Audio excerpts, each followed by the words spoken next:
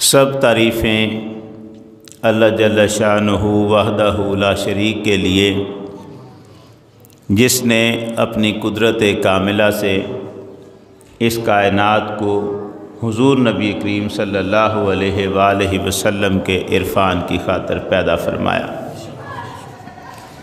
ارشاد فرمایا لولاک لما خلقت الافلاک، اے حبیب صلی اللہ علیہ وسلم، اگر تمہیں پیدا کرنا میرا مقصد نہ ہوتا تو میں اس کائنات کو ہی پیدا نہ کرتا۔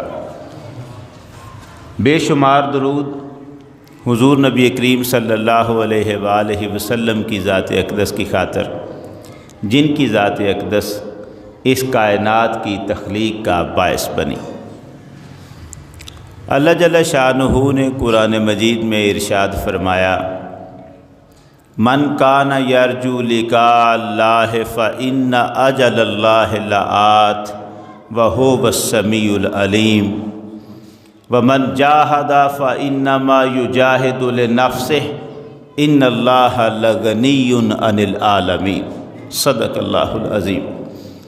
پروردگار عالم نے ارشاد فرمایا جو کوئی اللہ کی ملاقات کی امید رکھتا ہے، من کان یرجو لقاء اللہ، جو کوئی اللہ کی ملاقات کی امید رکھتا ہے، فإن اجل اللہ لآت، تو اللہ کا مقرر کیا ہوا وقت آ کر ہی رہے گا۔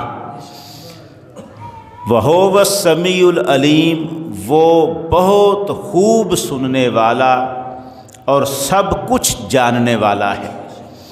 ومن جاہد فإنما یجاہد لنفسہ، جو کوئی دین میں کوشش کرتا ہے تو وہ اپنے ہی فائدے کے لیے کوشش کرتا ہے۔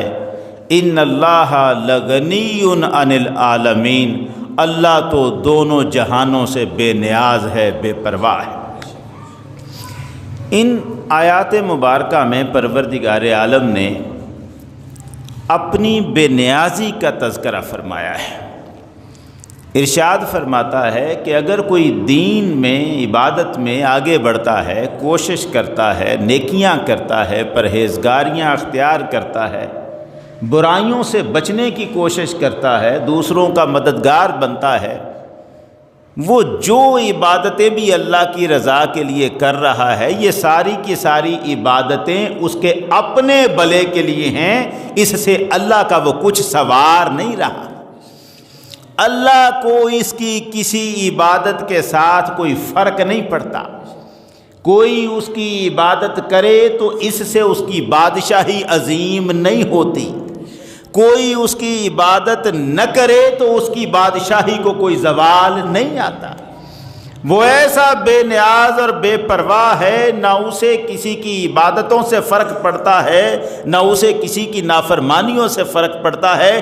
عبادت اگر کوئی کرتا ہے تو اپنے فائدے کے لیے، نہیں کرتا تو اس کا اپنا نقصان۔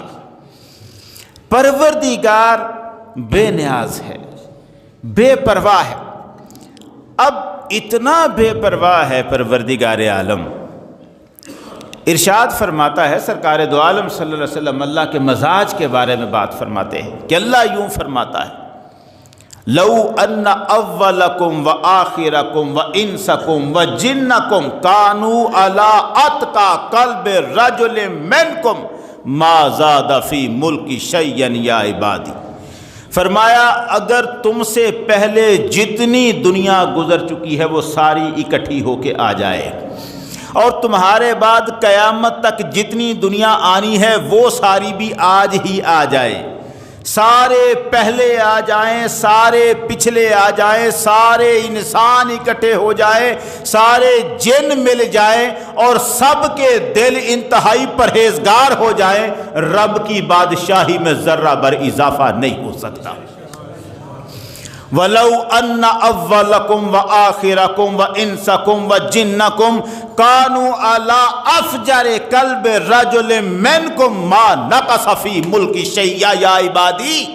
فرمایا اگر یہی سارے کے سارے پہلے بھی اور پچھلے بھی، انسان بھی اور جن بھی، ساری کائنات کے اکٹھے ہو کر انتہائی بدکار بن جائیں، رب کی بادشاہی میں ذرہ برابر فرق نہیں پڑ سکتا۔ پھر وہی پروردگار عالم ارشاد فرماتا ہے وَلَوْ أَنَّ أَوَّلَكُمْ وَآخِرَكُمْ وَإِنسَكُمْ وَجِنَّكُمْ اجْتَمَعُوا فِي صَعِيدٍ وَاحِدٍ فَسَأَلُونِي وَآتَيْتُهُ، فرماتا ہے اگر یہ سارے کے سارے پہلے پچھلے انسان جن سب اکٹھے ہو کر ایک کھلے میدان میں اکٹھے ہو جائیں اور ہر کوئی مجھ سے سوال کرے، ہر کوئی مجھ سے اپنے مطالبے مانگے، میں ہر ایک کو اس کا سوال عطا کروں اور میری بادشاہی میں اتنا فرق بھی نہ پڑے کہ سمندر میں سوئی ڈبو کر نکالی جائے جتنا پڑ جاتا ہے، اتنا فرق بھی میرے خزانوں کو نہیں پڑ سکتا، میں ایسی بادشاہی کا مالک ہوں، انتہائی بے نیاز۔ وہ فرماتا ہے میرے خزانوں کی کوئی حد نہیں، کوئی شمار نہیں، میری بادشاہی اتنی بڑی ہے، یہ مت گمان کرنا کہ تمہاری عبادت سے میری بادشاہی میں کوئی فرق پڑتا ہے۔ کوئی نہ کرے رب تب بھی رب ہے، کوئی اس کو سجدہ نہ کرے وہ تب بھی مخلوق کا مالک ہے، سارے کے سارے اس کے سامنے سجدے میں گر جائیں وہ تب بھی ساری مخلوق کا مالک ہے، اس کی مالکیت میں کوئی فرق نہیں پڑتا۔ اللہ ایسا مالک ہے، ایسا بے نیاز مالک ہے، اگر چاہے، یہ الگ بات ہے کہ وہ کیا چاہتا ہے کیا نہیں چاہتا، ہم بات کر رہے ہیں اگر چاہے ساری دنیا کے نیکوکاروں کو عذاب میں مبتلا کر دے، اس سے اس کی بادشاہی پر کوئی حرف نہیں اٹھایا جا سکتا۔ یعذب من یشاء، جسے چاہے عذاب میں مبتلا کر دے، فَيَغْفِرُ لِمَن یشاء، جسے چاہے بخششیں عطا فرما دے، وہ چاہے زندگی بھر کے بڑے مجرم کو ایک لمحے میں ساری خطائیں معاف کر دے، اس کے انصاف پر کوئی انگلی نہیں اٹھ سکتی۔ کوئی یہ نہیں کہہ سکتا کہ یہ تو ساری زندگی گناہ کرتا رہا، تو نے اسے معاف کیوں کیا؟ وہ کہتا ہے مالک میں ہوں، میں اپنی مرضی کا مالک ہوں، بادشاہ میں ہوں۔ لمن الملک اليوم، میرے سامنے ہے کوئی بادشاہی کا اعلان کرنے والا؟ میں جسے چاہوں بخش دوں، جسے چاہوں عذاب میں مبتلا کر دوں، بے نیاز ذات ہے وہ ذات بے نیاز ہے، بے پرواہ ہے، فرق نہیں پڑتا اسے، کوئی اسے مانے نہ مانے نہیں فرق پڑتا۔ آغاز ہی قرآن کا ایسے لفظوں سے کر دیا، بسم اللہ الرحمن الرحیم، اللہ کے نام سے جو رحمان بھی ہے رحیم بھی ہے۔ اب پوچھا یہ رحمان اور رحیم میں فرق کیا ہے؟ رحمان کا مطلب بھی رحم کرنے والا، رحیم کا مطلب بھی رحم کرنے والا، دونوں میں فرق کیا ہے؟ فرمایا جو مجھے مانے، جب میں اس پر رحم کرتا ہوں تو رحیم ہوتا ہوں، جو میری عبادت کرے، مجھے سجدہ کرے، مجھ پر ایمان لے آئے، جب میں اس پر اپنی عطاؤں کے دروازے کھولتا ہوں تو میں رحیم ہوتا ہوں۔ پوچھا رحمان کب؟ فرمایا کوئی مجھے مانے یا نہ مانے میں سب پر رحم کرتا جاتا ہوں۔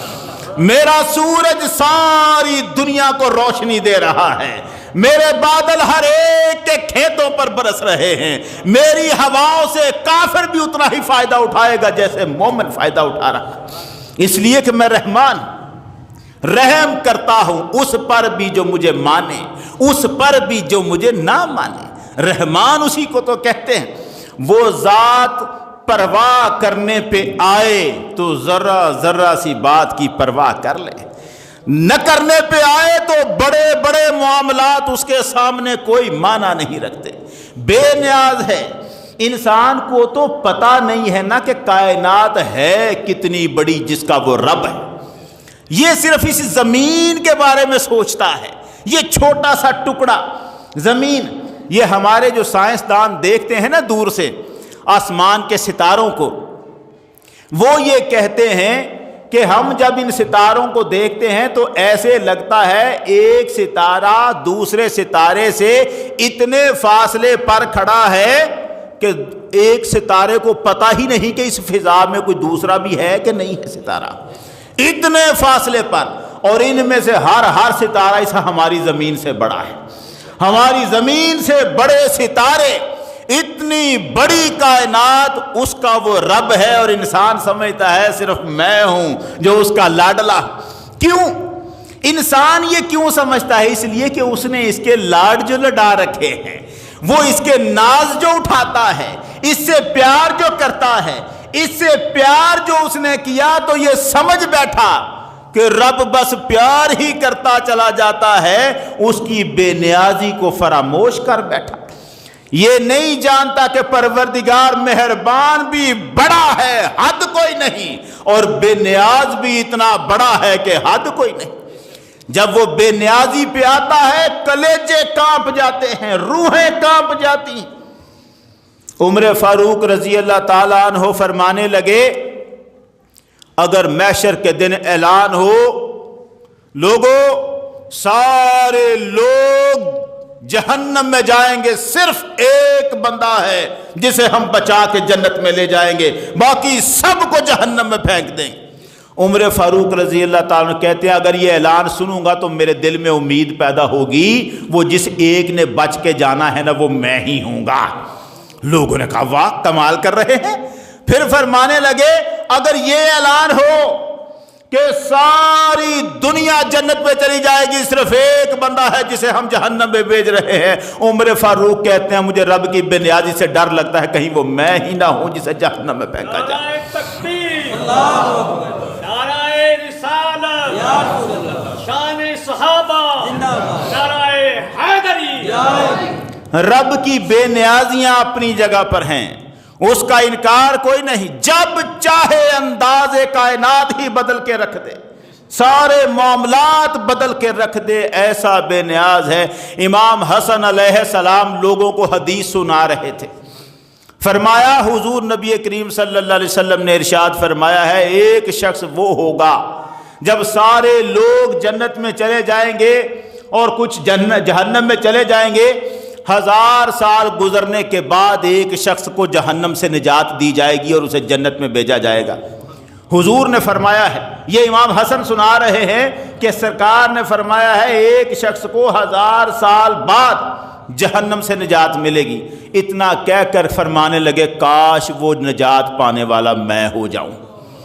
لوگ کہنے لگے حضرت کیا کہہ رہے ہیں، آپ تو جنت کے جوانوں کے سردار ہیں، آپ کو تو حضور نے سیدہ شباب اہل الجنہ قرار دیا ہے، آپ تو جوانوں کے سردار ہیں، جنتی ہیں، آپ کیا فرما رہے ہیں؟ فرمانے لگے ہمیں حضور کے فرمان پر پورا بھروسہ ہے، ہمیں اللہ کی رحمت پر بھی پورا بھروسہ ہے، مگر کیا کرے رب کی بے نیازی سے ڈر بھی بڑا لگتا ہے. وہ بے نیاز ذات اگر اس پہ آ جائے کہ سب کو جہنم میں پھینکنا ہے تو پھر جسے 1000 سال بعد بھی نجات مل گئی سودا فائدے کا رہا اس کا. وہ تو بے نیاز بھی ہے.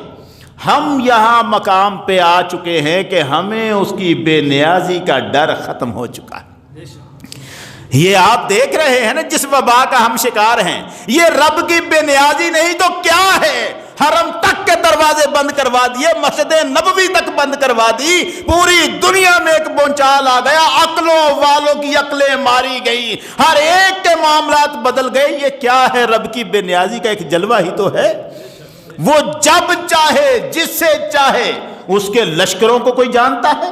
وَمَا يَعْلَمُ جُنُودَ رَبَّكَ إِلَّا هُوَ، اس کے سوا اس کے لشکروں کو کوئی نہیں جانتا. ایسے ایسے لشکر ہیں پروردگار کے تصور میں نہیں آتا کہاں کہاں سے نکل آتے. کون جانتا تھا کہ ابابیلیں بھی کبھی حملہ کریں گی پتھر اور کینکریاں لے کر؟ یہ اس کی قدرتیں ہیں. اس نے چیونٹیوں کے پاس ہاتھیوں کے لیے زہر رکھ چھوڑا ہے. وہ بے نیاز ذات ہے، بڑی بے نیاز. ہمارے ساتھ چونکہ اس نے اپنی بے نیازی کے مظاہر عام طور پر کیے نہیں، کیسے کرے؟ ہم میں کس کا پتا ہے جو برداشت کر سکے؟ ذرا سی بے رخی، ہائے ہائے. سرکار دو عالم ارشاد فرما، بلکہ دعا فرمایا کرتے تھے پروردگارا ایک لمحہ بھر کے برابر آنکھ جھپکنے کے برابر بھی مولا اپنے کرم سے مجھے دور نہ کرنا. لا تکلنی لا نفسی طرفۃ عین، مجھے ایک آنکھ جھپکنے کے برابر بھی میرے حوالے نہ کرنا، اپنے کرم کے نگاہ میں ہی رکھنا. کیونکہ تو نے ایک کرم کی نگاہ ہٹائی، یہاں نظام سارا کا سارا برباد ہو گیا، ہر چیز برباد ہو جاتی. اس نے ہمارے ساتھ رکھا ہے معاملہ محبت کا، نرمی کا، مہربانی کا، شفقت کا، اور اسی کو بھول کر ہم شیر ہو گئے. اسی وجہ سے ہم دلیر ہو گئے، نافرمانیوں پہ اڑ گئے، گستاخیاں اور بے ادبیوں کا راستہ شروع کر لیا، کیونکہ ہمیں پتا تھا رب کیا کہہ رہا ہے. جب وہ بے نیازیوں پہ آئے، آپ کو اندازہ نہیں ہے، اس نے دکھائے ہیں مظاہر اپنی بے نیازی کے، اس نے دکھائے ہیں ہمیں سمجھانے کے لیے کہ میں کبھی بھی بے نیازی کا مظاہرہ کر سکتا ہوں. دکھائے ہیں. جانتے ہیں یونس علیہ السلام کا قصہ؟ حضرت یونس علیہ السلام کی ہستی کیا عظیم الشان ہستی، کتنا عظیم پیغمبر. بعض روایتیں تو کہتی ہیں آپ کو 28 سال کی عمر میں ہی نبوت کا اعلان کرنے کا حکم دے دیا گیا تھا. اتنا جوان پیغمبر یونس علیہ السلام، جلیل القدر پیغمبر یونس علیہ السلام، اپنی امت کو سمجھایا، سمجھاتے رہے. اور ایسی ہستی جناب کی، کھانا آتا تو کہتے کھانا بعد میں کھاؤں گا، جس رب نے کھانا دیا ہے پہلے اس کا شکر تو ادا کر لوں. نماز پڑھنے کھڑے ہو جاتے، 300 رکعتیں پڑھتے، پھر کھانے کا نوالا منہ میں لے کے جاتے. رات ہوتی بستر سونے کے لیے بچھتا تو فرماتے مجھے اللہ نے موقع دیا ہے کہ میں سو جاؤں، آرام کر لوں، میں پہلے اس کا شکر نہ ادا کر لوں اس نعمت پر کہ وہ مجھے نیند کا موقع دے رہا ہے. نماز پڑھنا شروع کرتے، 300 رکعت پڑھتے، پھر بستر پہ اپنی کمر لگاتے. اتنا جوان پیغمبر کے ہر لمحہ رب کے شکر میں لگا ہے، ہر لمحہ عبادت میں لگے. اور آتے ہیں امت کو سمجھاتے ہیں، اور امت نہیں مانتی آپ کی بات کو. کھڑے ہو کے دعا کرتے ہیں پروردگارا میں اپنی کوشش کر چکا، یہ قوم تیرا نام لینے کو تیار نہیں ہے، یہ بتوں کی پوجا چھوڑنے کو تیار نہیں ہے، ان پر عذاب نازل کر دے. دل میں آئی ہوگی نا بات، پیغمبر تھے، اللہ کی طرف سے کوئی بات آئی ہوگی، اس کے مان پر، اس کے بھروسے پر، اس کی وحی پر اعلان کر دیا. میں نے بات کر دی، اب آج سے 3 دن کے بعد تم ساری قوم پر عذاب اللہ کا نازل ہو جائے گا. یہ کہا اور اب سوچا کہ عذاب تو آ جانا ہے 3 دن کے بعد. اور قانون یہ ہے کہ جب تک کسی بستی میں پیغمبر موجود رہے وہاں عذاب نہیں آ سکتا. اس قانون کے تحت چونکہ عذاب نے آنا ہے تو مجھے یہاں سے ایک طرف ہو جانا چاہیے. یہ قانون تھا اور اس کے مطابق بالکل برحق ایک پہاڑ پہ تشریف لے گئے، بستی سے الگ ہو کے ایک پہاڑ پر تشریف لے گئے کہ اب 3 دن کے بعد عذاب آ جانا ہے، لہذا میں تو ایک طرف ہو جاؤں.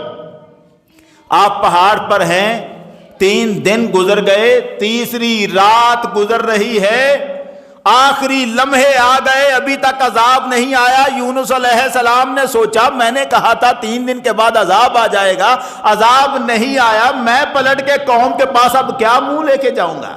یہ قوم تو مجھے کہے گی تو جھوٹ بول رہا ہے، اور جھوٹ ایسی بات ہے عام مومن یہ گوارا نہیں کرتا کہ مجھے جھوٹا کہا جائے.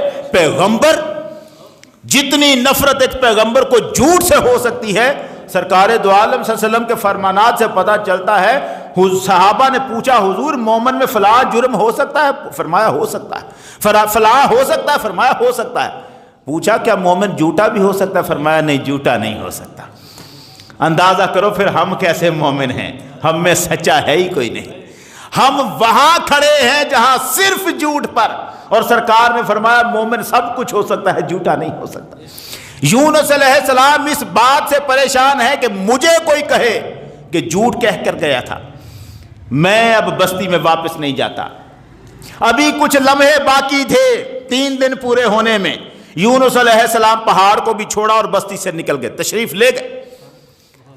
آپ نے کوئی جرم نہیں کیا تھا، کوئی خطا نہیں کی تھی. پہلے بستی سے الگ اس لیے ہوئے تھے کہ اگر بستی میں رہوں گا تو عذاب نہیں آ سکتا. نبی کا باہر نکلنا ضروری ہوتا ہے. اب واپس اس لیے نہیں جا رہے کہ کیا میں جھوٹی تہمت لگوا کر جاؤں, کیا اس لیے اس طرح پھروں قوم کے اندر کہ قوم والے کہے جھوٹا ہے. یہ سوچ کر آپ وہاں سے تشریف لے گئے اپنی قوم کے پاس. ادھر یونس علیہ السلام وہاں سے چلے گئے, لمحے 3 دن جو فرمائے تھے آپ نے وہ پورے ہوئے. آسمان پر دنیا صبح اٹھ کے دیکھ رہی ہے, کالے رنگ کی گھٹائیں پورے آسمان پہ آ چکی ہوئی تھی, کالا دھواں پھیل چکا تھا, گھروں کی چھتوں تک کو لپیٹ میں لے رہا تھا. سارے لوگ سمجھ گئے کہ یونس پیغمبر نے جو کہا تھا ہونے لگا ہے, عذاب آ رہا ہے. اب یونس علیہ السلام کو ڈھونڈا مگر یونس علیہ السلام موجود نہیں تھے, وہ تو تشریف لے جا چکے تھے. قوم نے سارے لوگوں کو گھروں سے نکالا, جانوروں کو ساتھ لیا, جنگلوں میں چلے گئے. ہر ماں کو اس کے بچے سے الگ کر دیا, خواہ وہ جانور کی ماں تھی, بکری کو اس کے بچے سے الگ, گائے کو اس کے بچے سے الگ, بھینس کو اس کے بچے سے الگ, ہر ماں کو اس کے بچوں سے الگ, اپنی بیویوں کو خود سے الگ, ماؤں کو بچوں سے الگ کر کے سارے اپنے سروں پہ راکھ ڈالی. رب کی بارگاہ میں فریادیں کی, مولا معاف کر دے, معاف کر دے, اس عذاب کو ہم سے ٹال لے. اس انداز سے سچے دل سے اکٹھے ہو کر, یہ بڑی مصیبت ہے, سچے دل سے کوئی معافی مانگ لے یہ تو الگ رہا, مگر اکٹھے ہونا بڑا مشکل معاملہ ہوتا ہے. اللہ اجتماعی توبہ پر بڑی کرم کی نظر فرماتا ہے. ہماری اس قوم کو, پوری قوم کو اجتماعی توبہ کی ضرورت ہے, مگر ہم اکٹھے ہی نہیں ہوں گے, اجتماعی توبہ کہاں سے کریں گے. اب وہ سارے مل کے توبہ کرتے ہیں اور وعدہ کرتے ہیں, پروردگارہ ہمیں موقع دے, آج ہی جس پر ہم نے کوئی جرم کیا ہے نا ہم کفارے ادا کریں گے. پھر جس نے ظلم سے کسی کا کوئی پتھر بھی اٹھا کے اپنی دیوار میں لگایا تھا, پوری دیوار گرائی, وہ پتھر نکالا اور کہا یار یہ تیرا پتھر تھا, لے لے, میں نے تیرا حق مانا تھا, یہ لے لے. ہر ایک کا حق واپس کیا, جس کا جو دبایا تھا وہ اسے واپس کر دیا. ادھر یہ معافیاں مانگتے رہے, عذاب کھڑا رہا, آیا نہیں مگر گیا بھی نہیں, اوپر کھڑا ہے عذاب, اور یہ نیچے بلبلا رہے ہیں. ادھر یہ بلبلا رہے ہیں, ادھر یونس علیہ السلام وہ جو رستے میں سمندر آیا ہے اور کشتی میں سوار ہوئے ہیں. پروردگار عالم نے آپ کے جانے کے انداز کو بھی بیان کیا ہے بڑے عجب انداز سے. اذ ابق الی الفلک المشحون, جب وہ بری ہوئی کشتی کی طرف بھاگ کر گیا. وہ جو کچھ لوگ کشتی میں بیٹھے ہوئے جا رہے تھے سمندر میں, گئے جا کے کہا مجھے بھی سوار کر لو, سوار ہو گئے.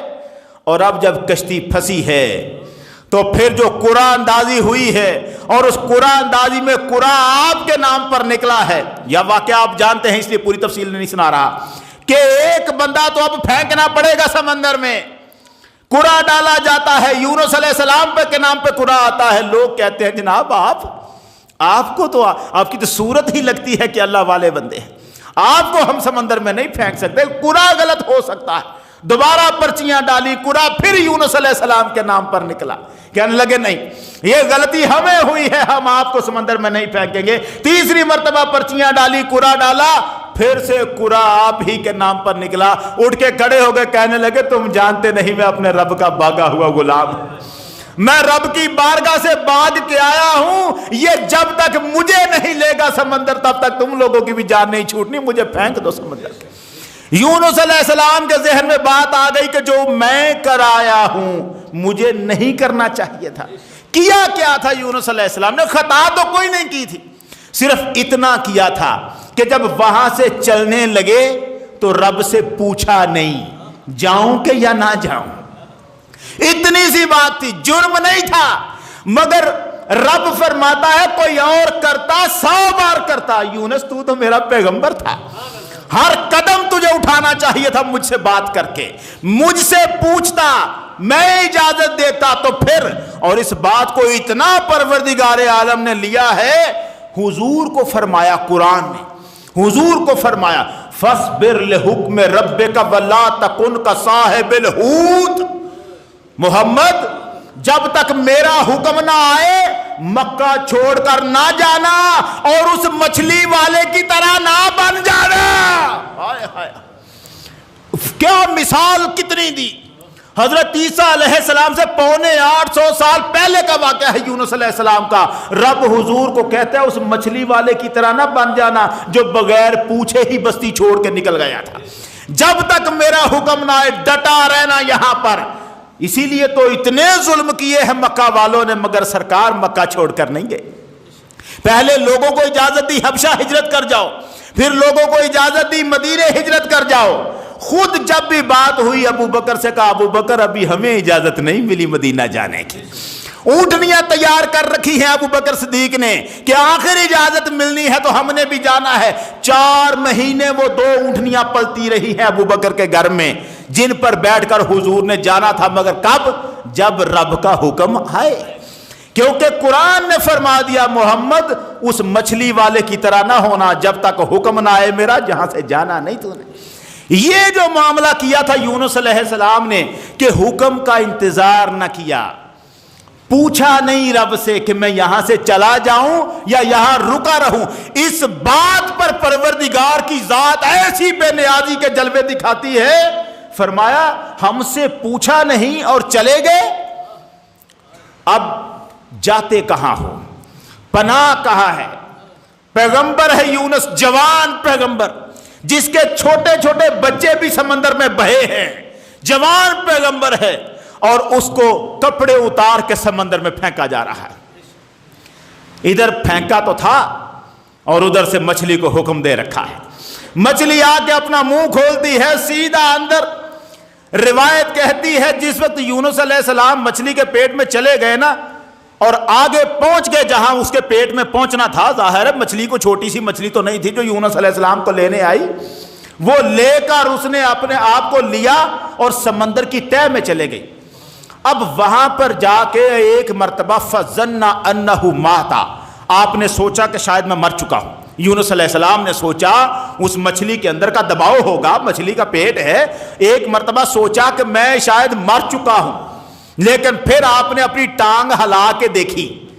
روایت کہتی ہے ٹانگ ہلا کے دیکھی، ٹانگ ہل گئی تو آپ کو یقین آیا نہیں مرا نہیں، ابھی میں زندہ ہوں، میری ٹانگ ہل رہی ہے.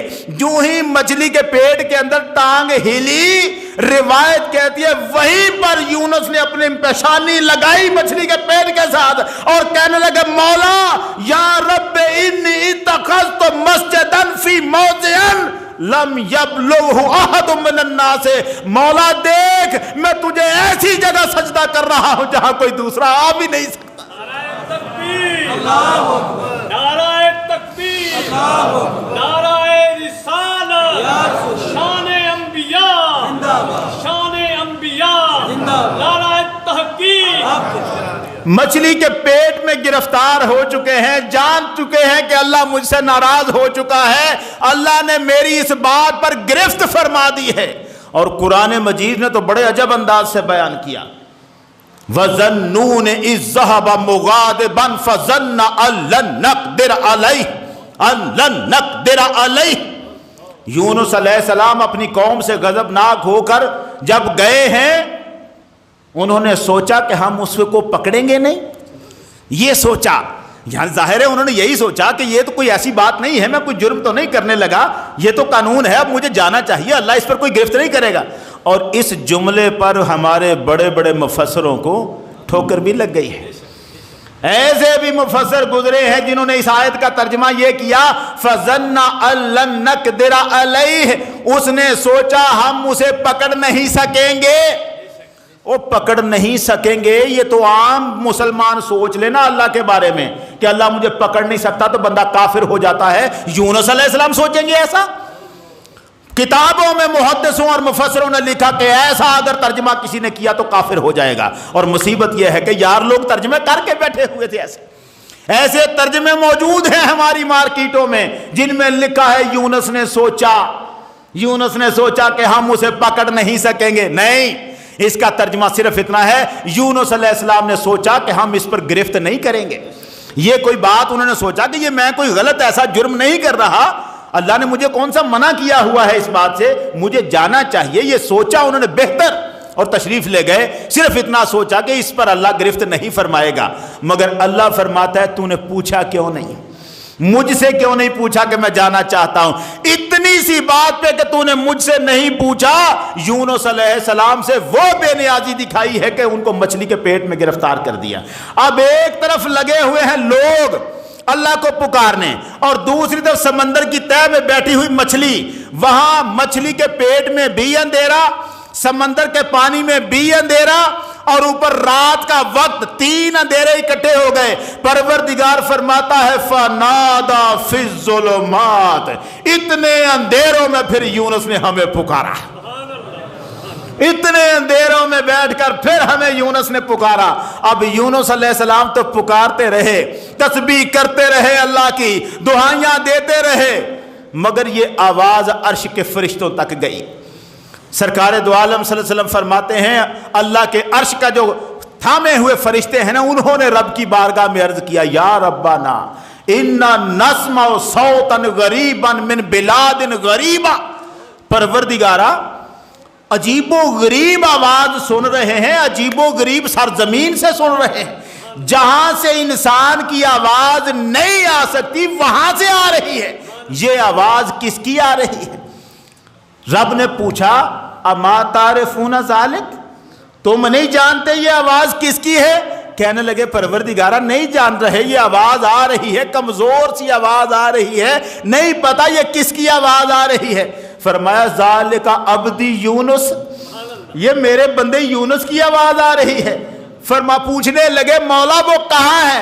فرمایا میں نے اسے مچھلی کے پیٹ میں گرفتار کر رکھا ہے، آسانی اس نے میرا حکم نہیں مانا تھا، اندازہ کرو حکم دیا ہی نہیں، فرما کیا رہا آسانی اس نے میرا حکم نہیں مانا تھا، فَأَبَسْتُهُ فِي بَطْنِ الْحُوتِ، تو میں نے اسے مچھلی کے پیٹ میں گرفتار کر دیا ہے، گرفتار کر کے رکھا ہے مچھلی کے پیٹ میں۔ فرشتے کہنے لگے پروردگارا تو اس یونس کی بات کرتا ہے، العبد الصالح الذی لا یسعد منک الیہ فی کل یوم ولیلۃ الا عمل صالح، مولا یہ وہی یونس ہے ہر دن رات جس کی طرف سے نیکیاں ہی آیا کرتی تھی تیری بارگاہ میں، جس نے زندگی بھر کبھی کوئی غلط نہیں کیا، وہ تیری بارگاہ میں نیکیاں پیش کرتا رہا، مولا یہ وہی یونس ہے، اسی کو گرفتار کر رکھا ہے؟ فرمایا ہاں یہ وہی یونس ہے جو شب و روز بندگی کر کے میری عبادت کر کے نیکیاں بھیجا کرتا تھا۔ پوچھا پروردگارا اب تو مہربانی فرما یونس کو بخش دے، یونس کو نجات دے۔ آسمانوں کے فرشتے، اللہ کی قسم ابن عساکر نے لکھا فرشتے رو پڑے، آسمانوں کے فرشتے رو پڑے، پروردگارا یہ یونس تو تیرا بڑا جوان پیغمبر ہے، بڑا شاندار نبی ہے، اس نے تو کوئی غلط نہیں کیا، اتنے شکرانے ادا کرتا تھا، 300 رکعتیں کھانا کھانے سے پہلے، نیند سے پہلے اتنی نمازیں پڑھی ہیں، ہر وقت تجھے یاد کیا، پروردگارا اسے معاف کر دے۔ اب جب فرشتے ادھر دعائیں کر رہے ہیں اور ادھر یونس علیہ السلام کی تسبیح، لا الہ الا انت سبحانک انی کنت من الظالمین، یہ جملہ بھی بڑا ہے، لا الہ، اور ہماری مصیبت یہ ہے ہم تو ترجمے بھی بڑے غلط کرتے ہیں، لا الہ الا انت سبحانک، پروردگارہ تیرے سوا کوئی عبادت کے لائق نہیں، تو پاک ہے، انی کنت من الظالمین، اس اگلے حصے کا ترجمہ ہم غلط کرتے ہیں، ہم اس کا ترجمہ کرتے ہیں بے شک میں ہی ظالموں میں سے ہوں، غلط ہے ترجمہ۔ یہی ترجمہ ہم نے آدم علیہ السلام کی دعا میں بھی کیا ہوا ہے، ربنا ظلمنا انفسنا، اے پروردگار ہم نے اپنی جانوں پر ظلم کیا ہے۔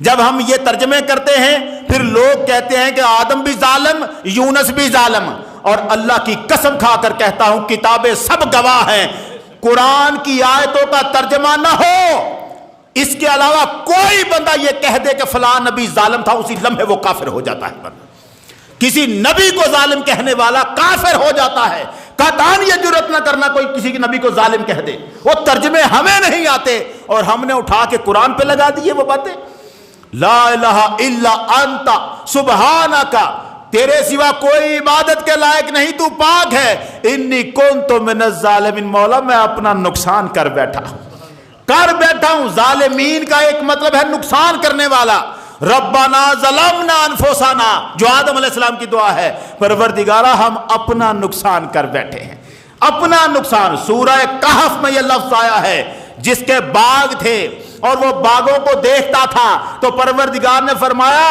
اس کے باغوں میں ایسا پھل آتا تھا لم تظلم منہ شیئا، اس میں کوئی کمی نہیں تھی۔ لفظ تظلم کا لکھا معنی کمی کا تھا، یہاں سے نکلتا ہے ظلم کا معنی نقصان، کمی کرنا۔ یونس علیہ السلام کہتے ہیں پروردگارا میں نقصان کر بیٹھا ہوں اپنا۔ اب یہ معافی کے الفاظ ہیں، مانگ رہے ہیں، تسبیح کر رہے ہیں، مگر یہ تسبیح شروع تو اسی لمحے کی، رب العالمین نے معاف نہیں کیا فوراً۔ 40 دن گزر گئے ہیں۔ بایزید بستامی رحمۃ اللہ علیہ سے پادری نے سوال کیا تھا وہ کون سی قبر ہے جو اپنے میت کو لے کر 40 دن چلتی رہی تھی؟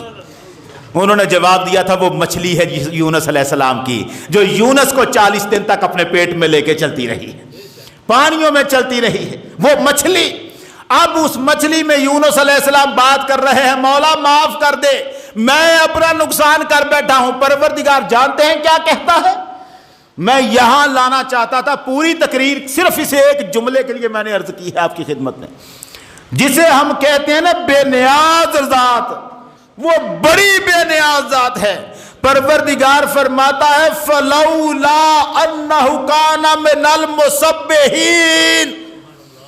یونس علیہ السلام جو تسبیح کر رہے ہیں، رب کہتا ہے اگر وہ ہماری تسبیح کرنے والا نہ ہوتا لَلَبِثَ فِي بَطْنِهِ إِلَى يَوْمِ يُبْعَثُونَ، قیامت تک اسے مچھلی کے پیٹ میں سے نکال کوئی نہیں سکتا۔ نعرہ تکبیر، نعرہ رسالت، شان انبیاء، تاجدار ختم نبوت۔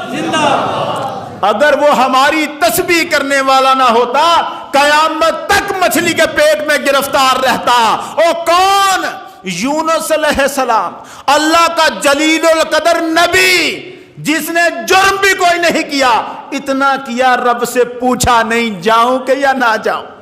صرف اتنی بات پر اتنا بڑا معاملہ پروردگار نے مچھلی کے پیٹ میں گرفتار کر کے، اور یہ صرف نہیں کیا کہ گرفتار کیا، فرمایا نانا ہماری تسبیح کرتا، نہ کرتا تسبیح، قیامت کے دن تک مچھلی کے پیٹ میں پڑا رہتا، ہم اسے نجات نہیں دینے والے تھے۔ اور پیغمبر یونس علیہ السلام کو وہ اگر نجات دے رہا ہے تو یونس علیہ السلام کی تسبیح کے اوپر دے رہا۔ سبحانہ کا جو لفظ نکالا ہے، کس انداز سے تو رب کی تسبیح کو چھوڑ کر غافل ہو کے بیٹھا ہے۔ تو سوچے کہ میں نہ یاد کروں رب کو، وہ پھر بھی مجھے رکھے یاد۔ اس کی بے نیازیوں سے ڈر، وہ بڑا بے نیاز ہے۔ اور جو اپنے عظیم پیغمبر، وہ پیغمبر تھے، ہمارے معاملات کچھ اور ہیں۔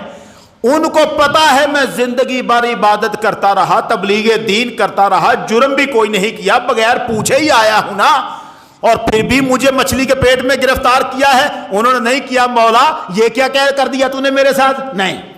پھر بھی کہا پروردگارا مجھ سے ہوئی ہے غلطی، میں مانتا ہوں اس بات کو، لیکن ہمارا حال کیا ہے؟ فجر کی نماز پڑھی، اچھا اب بیٹھے ہیں دکان پر، آئے کوئی گاہک آئے، نہیں آیا، دوپہر تک نہیں آیا، شام تک نہیں آیا، اور ہمارا دل اب کیا ہے؟ پڑھ بیٹھا تھا نماز آج فجر کی، گاہک ہی آنے بند ہو گئے۔ قرآن کی تلاوت کی تھی برکت کے لیے، نہیں آیا کوئی گاہک، اور ہماری ساری نظر روپیے پر رہ گئی ہے۔ خدا جانتا ہے بھوک نے اتنے ڈیرے لگا رکھے ہیں نا پیٹ کے اندر، نظر ہی کچھ نہیں آ رہا۔ قرآن بھی پڑھا ہے تو اس لیے کہ پیسے آ جائیں، نماز بھی پڑھی ہے تو آ جائیں پیسے، نیکی کی، مگر آگے سے کوئی مشکل مصیبت آ گئی تو ہم نے سوچا لے بھائی وہ نیکی کا فائدہ، ادھر نیکی کرتے ہیں ادھر رگڑے جاتے ہیں، اس سے بہتر ہے بھائی ایسے ہی اچھے ہیں، روٹی تو کھا رہے ہیں۔ اور تو نہیں جانتا رب مچھلی کے پیٹ میں بھی گرفتار کرتا ہے نا تو عظمتیں اور بڑھا دیتا ہے۔ وہ پروردگار عظمتوں کے اوپر پہنچاتا ہے اتنا بڑا مقام کہ محمد عربی نے فرمایا خبردار ہو جاؤ، کوئی مجھے یونس بن متی سے افضل نہ کہنے پائے، کوئی یہ نہ کہے کہ محمد یونس سے افضل ہیں، کسی کی زبان پہ بھی یہ بات نہ آئے کہ یونس نے خطا کی تھی، نہ یونس اللہ کے محبوب پیغمبر ہیں، انہیں تو اللہ نے اور رفعت عطا فرمائی ہوئی ہے اور عظمت عطا فرمائی ہیں، اور قرآن نے بعد میں پھر اس بات کو کہا ہمارے صالح بندوں میں سے ہے یونس، ہمارا صالح بندہ ہے۔ صبر ہوتا ہے، آزمائش ہوتی ہے، مگر اللہ کی بے نیازی جو اصل معاملہ ہے اس سے ڈرنا ضروری ہے۔ الایمان بین الجبر والقدر، مجبوری اور مختاری کے درمیان ایمان کھڑا ہے۔ ہم نے اللہ کی رحمتوں پر امید بھی پوری رکھنی ہے، مگر اس کی بے نیازی سے پورا ڈرنا بھی ہے۔ نہ ڈر ہو جائیں گے نا اگر، تو پھر ظلم پتہ ہی نہیں ہے کیا کیا کہاں کہاں سے آ جائیں۔ یہ یونس علیہ السلام کا جو معاملہ ہے، وہ جو تسبیح ہے نا جو آپ کی ہے، یہ تو ان کی تھی، حضور نے اس کو ساری امت کے لیے کر دیا۔ فرمایا کوئی مسلمان فَإِنَّهُ لَمْ يَدْعُ بِهَا رَجُلٌ مُسْلِمٌ فِي شَيْءٍ قَطْ إِلَّا اسْتَجَابَ اللَّهُ لَهُ، کوئی مسلمان کسی مصیبت میں پھنسا ہو، یونس کے ان کلموں سے تسبیح اللہ کی کرے، اللہ اس کو نجات عطا فرما دیتا ہے۔ یار یہ کلمے اتنے مبارک ہیں، ان کو پڑھو اور پھر ان پر بڑی عجیب و غریب مصیبتیں بھی ہو جاتی ہیں۔ بڑی ہمارے ایک بہت بڑے عالم ہیں، پوری دنیا ان کو جانتی ہے، ٹی وی پہ بھی تقریریں کرتے ہیں، میں نام نہیں لیتا ان کا۔ وہ تقریر کرتے ہوئے کہہ رہے تھے یونس مچھلی کے پیٹ میں تھے، اللہ نے مچھلی کے پیٹ کو شیشہ بنا دیا، یونس مچھلی کے پیٹ کے اندر بیٹھے ہوئے سمندر کو دیکھ رہے تھے، سمندر کی سیر کر رہے تھے۔ یار ایسا نہیں ہوا، ایسے الزام نہ لگا، قرآن کے خلاف بات نہ کر۔ قرآن کہتا فَنَادَى فِي الظُّلُمَاتِ، یونس نے اندھیروں میں رب کو پکارا ہے، باہر روشنیاں کہاں تھی؟ اندھیروں میں رب کو پکارا ہے۔ یونس تو تاریکیوں میں اللہ نے رکھا تھا، تاریکی میں اندھیرے میں پھنسا کے رکھا تھا، اللہ نے گرفتار کر کے رکھا تھا، ہمیں بتانے کے لیے کہ اگر میں بے نیازی کا مظاہرہ کروں تو دیکھو کتنے محبوب بندے بھی میرے، ان کو بھی کہاں کہاں میں روک لیتا ہوں۔ تمہارے ساتھ تو بے نیازیاں کی ہی نہیں، کی نہیں، مگر ڈراتا ہے، یہی سمجھاتا ہے ہمیں کہ ڈر جاؤ، بے نیازی کے میری کے بارے میں بھی خیال رکھنا، رحمتوں پہ امید بھی پوری لگا کے رکھو، اور ساتھ بے نیازی میری سے بھی ڈرو، میں بے پرواہ ذات ہوں۔ یہی کہا میر علی شاہ صاحب نے، دل لگڑا بے پرواہ نال، جتھے دم مارن دی نئی مجال، صلی علیہ ذوالجلال۔ وہ بے پرواہ ذات ہے، اس کی بے پرواہیوں سے، بے نیازیوں سے ہمیں ہر دم ڈرتے رہنا چاہیے اور اسی کو پکارتے رہنا چاہیے۔ اللہ تعالی ہمیں یونس علیہ السلام کے تصدق میں پروردگار ہمیں بھی ایسی تسبیحات ہماری زبانوں پہ جاری رکھے جو اس کی رحمتوں کو ہماری طرف ہمیشہ مائل رکھیں اور ہم ہر غم سے نجات پاتے رہیں۔ وآخر دعوانا ان الحمد